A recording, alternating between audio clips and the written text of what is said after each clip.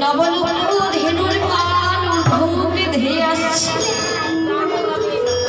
আজ সেই মধুর ধ্বনি মুরলীর ধ্বনি ধেনু বৎসের কর্ণে প্রবেশ করছে।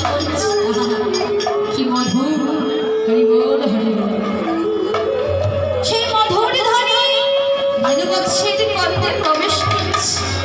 আর সেই ধ্বনিতে আনন্দে মগ্ন হয়ে আজ ধেনু বৎস গোবিন্দের নিকটে আসছে। নয়নে বইছে নয়ন ধারা। কৃষ্ণ কৃষ্ণ হাম্বা হাম্বা করতে করতে তারা মুখে বলে হাম্বা হাম্বা, অন্তরে বলে হা কৃষ্ণ প্রাণে গোবিন্দ।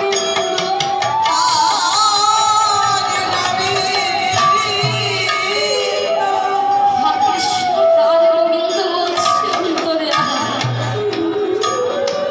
হরি বল হরি বল। আজ ধেনু গোবিন্দের নিকটে আসিল, তবে সেই ধেনু কোথায়? কোন ধেনু? কামে ধেনু। তারা নব নব তৃণের লালসায়। হরি বল হরি বল। তারা নব নব তৃণের লালসায়।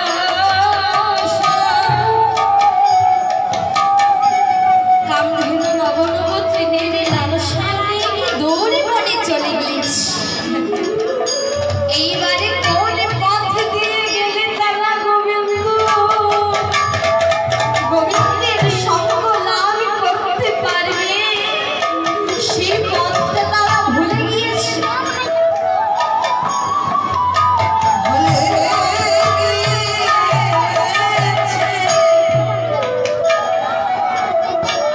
কোন পথে গেলে তারা গোবিন্দ দর্শন পাবে, সেই পথটা ভুলে গিয়েছে।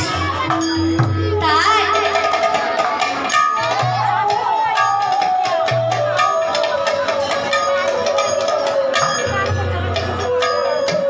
তাই নয়নে জলে মুখ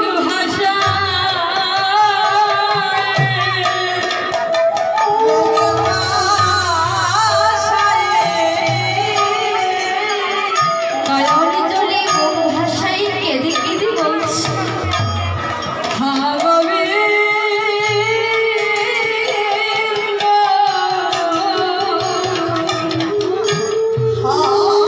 গোবিন্দ, আমরা নব নব তৃণের লালসায় অনেক দূর বনে চলে এসেছি। এইবার কোন পথ দিয়ে গেলে আমরা তোমার দর্শন পাবো? হে কৃষ্ণ, কোথায় আছে? কৃপা করবে আমার। এই জন্মে আমাদেরকে পশু জনম দিয়েছ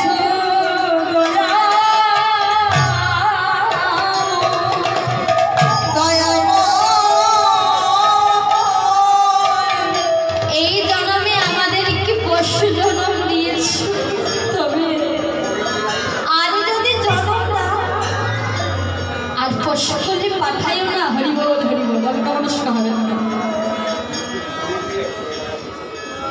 আর পশু জনম দিও না দয়াময়। হরি বল হরি বল। আর যদি জনম দাও তবে মানব জনম দিও, যেন দুটি হস্ত পেয়ে পুষ্পায়নে তোমার চরণে পুষ্পাঞ্জলি প্রদান করিতে পারি।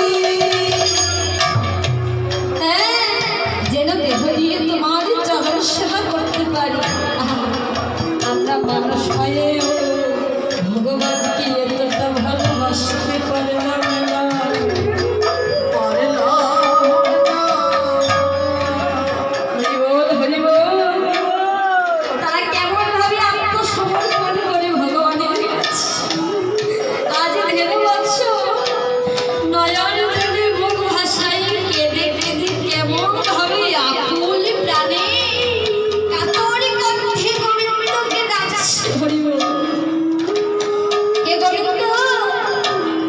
যারা